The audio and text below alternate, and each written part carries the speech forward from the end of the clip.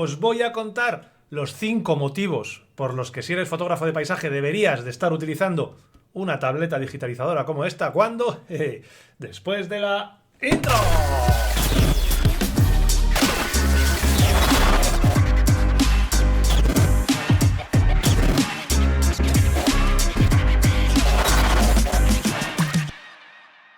Correcto, amigos, tras casi 7 años utilizando prácticamente a diario mi antigua tableta digitalizadora Wacom, la semana pasada o hace 2 semanas me dejó de funcionar por arte de birlibirloque y tuve que cambiar porque soy totalmente adicto y para mí es una herramienta absolutamente imprescindible. Os pedí consejo y bueno, me mandasteis varios modelos, pero este no va a ser un vídeo dedicado a qué tableta me tengo que comprar. Si queréis os hago unas especies de reviews de los diferentes modelos que tenemos. Me volví a comprar el mismo modelo, pero la edición del año pasado, creo. Yo tenía la edición del 2016, pues ahora tengo la edición del 2021 que viene con esta cajita tan mona. Es la Wacom Intuos Pro tamaño M. Esta tableta que tengo aquí, que es muy parecida a la que he tenido durante todo este tiempo. Bien, las tabletas digitalizadoras empezaron siendo muy populares y prácticamente imprescindibles, sobre todo en fotografía de moda, fotografía de retrato. Aquellos fotógrafos que tenían que pasar mucho tiempo retocando las caras de los modelos, por ejemplo, pues trabajar con la mano, pintando con la mano, era mucho más sencillo que trabajar con el ratón.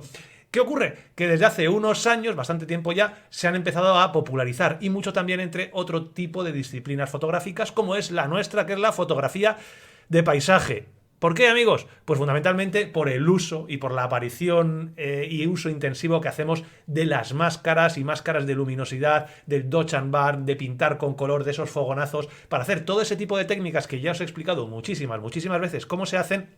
Trabajar con una tableta digitalizadora nos va a favorecer muchísimo el trabajo. ¿Por qué? Trabajar en Photoshop o prácticamente en fotografía con una tableta como esta, con un lapicero como este, tiene unos beneficios brutales para facilitar la edición de lo que vamos a hacer. ¿Es imprescindible una tableta para lo que hacemos? Para nada, no es para nada imprescindible, ya que todo el mundo puede editar con el ratón. De hecho, conozco muchísimos fotógrafos muchísimo mejores que yo que siguen editando con el ratón. No es imprescindible, puntos suspensivos, hasta que la pruebas y eres capaz de entender cómo funciona y eres capaz de domarla. En ese momento se suele convertir en una herramienta absolutamente imprescindible para tu flujo de trabajo. Todo el mundo, como digo, puede trabajar y así hemos empezado todos trabajando con el ratón, pero cuando empiezas a trabajar, volver al ratón es como volver a coger un coche sin aire acondicionado o un coche sin dirección asistida. Amigos de la ESO, la dirección asistida es un invento que antes no existía. Antes, para aparcar te las veías y te las deseabas. Joder, cómo pesaba el volante. Así que, amigos, en este vídeo no vamos a hablar de tabletas, ni de modelos, ni es una guía de compra, ni de configuración. Lo que os voy a contar son los 5 motivos fundamentales por los que creo que una tableta digitalizadora es una herramienta muy útil en fotografía de paisaje. Así que vamos con ello. Motivo número 1. El fundamental, el control de la presión que tenemos con este lapicero y esta tableta. A diferencia de con el ratón, en el que tienes un clic que tú aprietas o no aprietas, vamos a poder tener una presión, vamos a poder asociar la presión que nosotros ejercemos en la tableta con alguna función con la que estemos trabajando en Photoshop, en Lightroom o en Capture One. Habitualmente, ¿a qué lo vamos a aplicar? Pues a 3 factores, o al tamaño del pincel, o a la opacidad del pincel, o al flujo del pincel, dependiendo de si eres un ilustrador o si eres un fotógrafo. Los fotógrafos casi siempre lo que hacemos es asociar cuánto aprietas en la tableta con la opacidad o con el flujo, que es a mí lo que más me gusta porque me parece mucho más natural y mucho más orgánico. Si queréis un día os cuento las diferencias entre flujo y opacidad. ¿Esto para qué nos va a valer? Pues de una manera súper útil para pintar máscaras, para modificar esas máscaras que hacemos de luminosidad pero que tenemos que modificarlas. Vamos a poder ir pintándolas de una manera tremendamente suave. ¿Que lo podríamos hacer con el ratón? Lo podríamos hacer con el ratón, pero tendríamos que irnos a atajos de teclado para modificar el flujo, ir al deslizador para modificar el flujo, modificar la opacidad. Es una auténtica pesadilla. Ya te digo que cuando aprendes a utilizar el lapicero y la tableta para controlar la opacidad o el flujo, te cambia la vida. Para hacer dodge and burn de manera sutil, para hacer pintura de luminosidad, para hacer los fogonazos, el poder trabajar con el control de la presión activada es absolutamente imprescindible, ya nos digo ya para ilustradores. 2. La precisión de cualquier cosa con la que dibujemos va a cambiar totalmente. ¿Por qué? Pues porque llevamos toda la vida pintando con la mano. Tenemos un movimiento totalmente naturalizado e interiorizado a la hora de pintar con la mano. Un ejemplo muy sencillo es asociado al vídeo que hice la semana pasada de digitalizar tu firma. ¿Habéis intentado firmar vosotros, que es un trazo que tenéis súper naturalizado, con el ratón? Es una auténtica pesadilla. Hacer esa firma te va a salir fatal. Cuando tú coges el lápiz e intentas hacer la firma, te sale absolutamente perfecta, porque estamos acostumbrados. Si tienes que escribir, estás perfectamente acostumbrado, y eso, conjunto al control de opacidad y flujo, hacen que la precisión sea muy superior. Cuando hay que hacer curvas, cualquier zona en la que tengamos que pintar una curva, que tengas que estar pintando una máscara para hacer ese fogonazo, por ejemplo, el poder trabajar con la mano no tiene absolutamente nada que ver al trabajar con el ratón. Estamos con un movimiento totalmente natural. 3. Seguimos con la precisión. En este caso no para pintar, sino para las selecciones. La precisión de cualquier tipo de selección que hagamos va a incrementarse por un 2500% aproximadamente.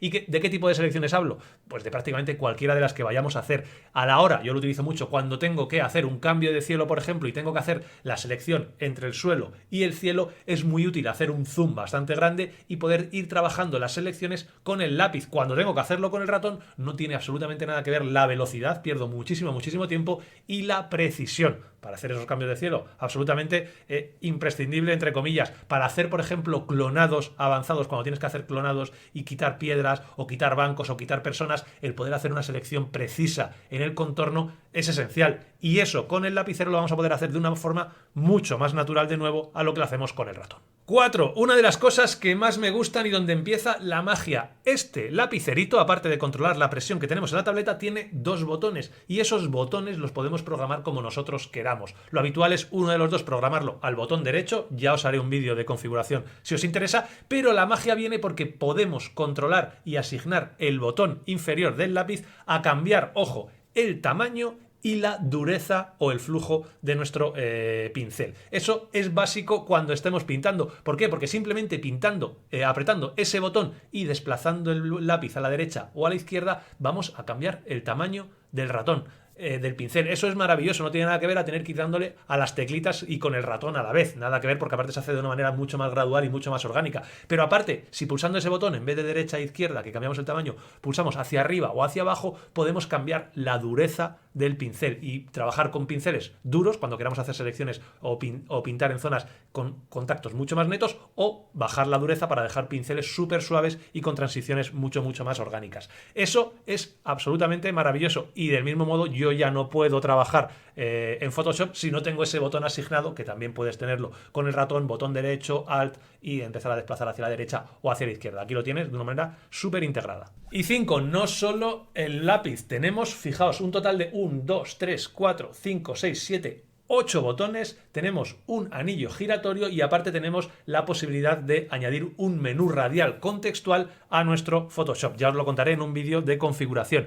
¿Qué es lo que nos va a permitir eso? Pues olvidarnos prácticamente del teclado. Tú vas a estar trabajando directamente pintando con el lápiz en la tableta y con la mano izquierda controlando con los botones. ¿Por qué? Porque sobre todo todos aquellos que no utilicéis el panel Tony Kuiper, al final en el panel Tony Kuiper tienes muchos de esos accesos directos, pero la mayor parte de las cosas que nosotros hacemos las vamos a poder asignar a estos botones. Por ejemplo, simplemente girando con la tableta, vamos a poder hacer zoom donde nosotros queramos, de una manera súper sencilla. Donde tengas el cursor, empiezas a girar y se va a hacer zoom in o zoom out. Vas a poder asignar un botón a crear una nueva capa, otro botón a crear una capa de ajuste de curvas, que es la que más utilizas, por ejemplo, otro botón a rellenar en blanco, otro botón a rellenar en negro, otro botón a que salta automáticamente los Color Efex Pro para que te salgan los filtros que tú más utilizas. Otro botón, por ejemplo, para deshacer, otro botón para rehacer, lo que tú quieras. Pero es que además, si pulsas un botón, puedes crear un menú contextual que te aparece en la pantalla, un menú contextual que se llama el menú radial, al cual tú puedes asignar, creo que son hasta 12 accesos directos, con lo cual pulsas un botón, te sale el menú radial y haciendo clic puedes rellenar, abrir,